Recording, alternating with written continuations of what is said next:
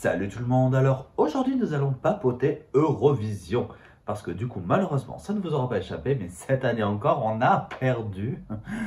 Voilà, ça devient malheureusement un peu trop une routine et du coup j'ai choisi donc de revenir sur ce concours avec vous et surtout de l'étudier entre guillemets sous forme de questions-réponses. Alors c'est parti. La première question, peut-on réellement gagner l'Eurovision juste avec une chanson?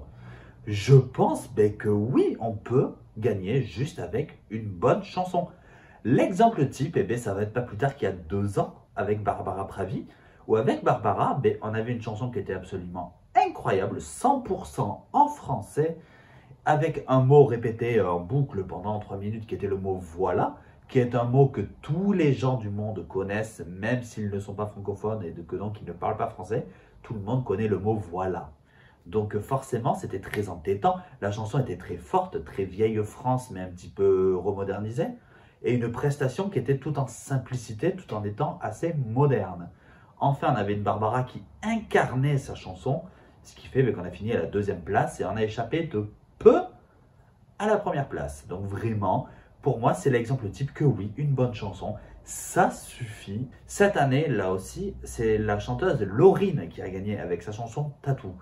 Pareil, une prestation très simple, un écran dessus, un écran en dessous. Et elle nous a fait une espèce de pseudo-danse contemporaine. Pareil, elle incarnait sa chanson, c'était quelque chose d'assez fou. Donc là, j'ai envie de dire maintenant, les gars, réunissez-nous tous les meilleurs auteurs actuels de la chanson française qui nous pondent ensemble un tube qui serait un diamant et qui serait porté par un artiste prometteur, un artiste montant. Je pense par exemple à des personnes comme le petit Louis qui a fait la Star Academy récemment, qui je pense pourrait vachement bien représenter la France à l'Eurovision. Et pourquoi cette première question? Parce qu'on va arriver sur la 2e question et vous allez mieux comprendre. L'Eurovision est-elle un concours forcément politique? J'ai envie de te dire, l'Eurovision, oui, il y a un aspect politique, mais à mon sens, c'est pas le plus important. Parce que clairement, la politique va avoir un rôle à jouer. On va pas se mentir. Tous les ans, on a les anciens pays de l'ex-bloc de l'URSS qui se donnent les 10 et 12 points entre eux. Maintenant, on a aussi les pays européens qui se donnent les 10 et 12 points entre eux. C'est peut-être fait de façon un peu plus subtile, mais ils le font quand même. Quand tu as l'enclave italienne qui donne les 12 points à l'Italie, excusez-moi, mais là aussi, faut arrêter. Cette année où quasiment aucun pays frontalier à la France ne nous a donné 2 points. Les tarbes. Mais voilà, si tu veux, ça montre bien que oui, la politique a un rôle à jouer.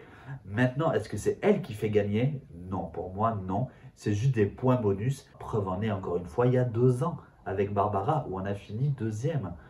Et où la politique n'avait rien à voir avec ça. Maintenant, quand je dis qu'elle peut faire perdre quelques points, cette année, on ne va pas se mentir. Notre cher président, M. Emmanuel Macron, n'est pas spécialement le dirigeant le plus apprécié de l'Europe à l'heure actuelle. Et je reste persuadé que oui, ça nous a fait perdre pas mal de points, mine de rien. Maintenant, est-ce que c'est les points qui auraient fait la différence? Pas du tout. Surtout que maintenant, on a le public qui vote à 50%. Donc si vraiment le public veut plébisciter une chanson, il le fait. Et on l'a vu, puisqu'il a plébiscité une chanson qui était, je crois, dans le top 10, mais qui n'était pas bien placée, à savoir le fameux Cha Cha Cha. C'est cette chanson-là qui, contre toute attente, a eu le plus de votes du public, ce qui fait qu'elle est passée, je crois, de la 7e ou 8e place à la 2e en un claquement de doigts. Maintenant, je pense malgré tout que quelques pays ne veulent pas donner de points à un autre pays parce qu'ils se disent « j'ai pas spécialement envie de faire ce cadeau au président de ce pays ». Je pense que beaucoup n'ont pas spécialement envie d'offrir à Macron la victoire. Là, même si, je suis d'accord avec vous, on mélange tout. Parce qu'on est censé récompenser une chanson et un artiste, et non pas un pays et son dirigeant.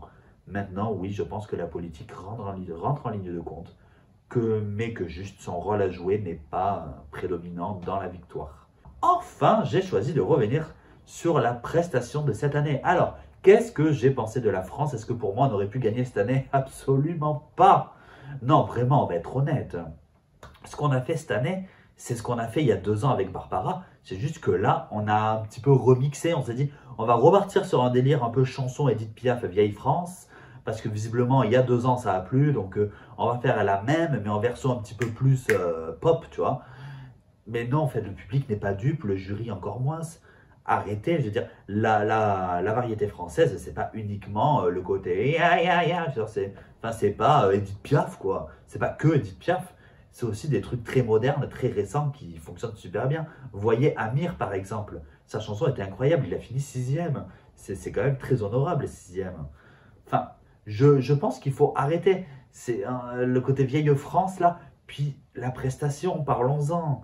Excusez-moi, mais sur une plateforme qui monte et qui descend, ouais, super, moi on m'avait vendu un truc, les journalistes, vous allez voir, c'est une plateforme en hauteur, c'est incroyable. Je m'attendais vraiment à ce que la Zara, elle soit perchée à 20 mètres en hauteur, moi. Hein. Je pensais que ça allait être un truc à la Pink ou Beyoncé, quoi. Mais quelle déception, quelle déception. Ça faisait limite, excusez-moi du mot, mais très kitsch, vraiment. Et puis alors ce feu d'artifice avec le drapeau tricolore à la fin, ah non, mais vraiment, oui, on a compris. Cocorico, vive la France. Mais oh là aussi, ça faisait ultra patriotique à mort. Hein. Mais c'était dans le lourd, je trouve. Donc pour moi, la mise en scène, elle était carrément pas ouf. Elle était assez maladroite et assez kitsch. Vraiment. La chanson en elle-même, ben, je la trouve bien. Mais encore une fois, pour l'Eurovision, non, parce que on a déjà fait ça il y a 2 ans. Donc c'est pas une chanson à Eurovision. En tout cas, c'est pas une chanson pour gagner. Maintenant, Dieu merci, on avait une superbe artiste, Lazara, qui a sublimé la chanson. Elle y a donné un charisme assez incroyable de par sa présence. Maintenant, on sentait, je trouve, ce côté un petit peu stress et ce côté... Enfin, on sentait que Lazara, si tu veux, elle n'était pas vraiment le plus à l'aise possible. On sentait qu'elle avait une certaine pression et que oui, elle avait un petit peu de trac. Je trouve ça se voyait pas mal. Et c'est dommage, maintenant on peut pas lui en vouloir. Tu as vu la taille de la salle dans laquelle elle chantait.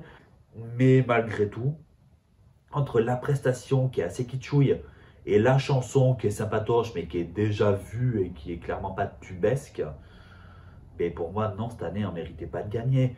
Maintenant, est-ce que la 16e place, je suis d'accord? Non, je ne suis pas d'accord. Pour moi, sur les 26 prestations qu'il y a eu, la France aurait dû être dans le top 10. Et très exactement, pour moi, la France, ça aurait dû être entre la 5e et la 10e position. Voilà où moi, j'aurais situé la prestation française cette année.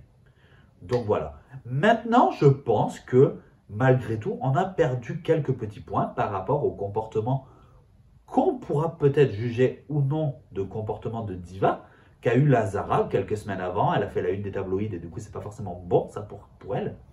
Alors, il y a des prestations qu'elle a dû annuler, des prestations auxquelles assistent les bookmakers. Elle a dû annuler ses prestations pour raison a priori familiale, donc là, j'ai pas envie de lui jeter la pierre. Et par contre, le comportement qu'elle a eu vis-à-vis de l'hôtel qui a été mis à disposition des membres de l'Eurovision, j'ai trouvé là son comportement assez moyen, et je pense vraiment que ça lui a fait perdre des points, que les gens n'avaient pas spécialement envie de récompenser une artiste avec un comportement comme ça, et c'est dommage. Enfin, je vais revenir vite fait sur son doigt d'honneur qui, soi-disant, n'en est pas un. C'est un signe québécois. Comme le dirait une autre québécoise, cette histoire du doigt d'honneur, quand j'entends la version de Lazara, j'ai envie de dire take a kayak, comme dirait Céline. Vraiment, quoi. Quand tu la vois, elle est là, oui, c'est un truc québécois, ça veut dire ainsi soit-il, machin. Je suis là, oui, allez, vas-y, hein, pagaie, ma chérie, pagaie. Avoue-le, juste t'étais dégoûté, voilà, t'as fait un geste qui n'était pas approprié, c'est pas grave entre guillemets, à partir du moment où tu assumes. Donc voilà, je trouve que cette année, c'était très mal payé pour la France. Maintenant, est-ce qu'on méritait de gagner? Absolument pas. Je veux dire, Lauryn, la grande gagnante, pour moi, elle a incarné sa chanson comme Barbara l'a fait il y a 2 ans en France.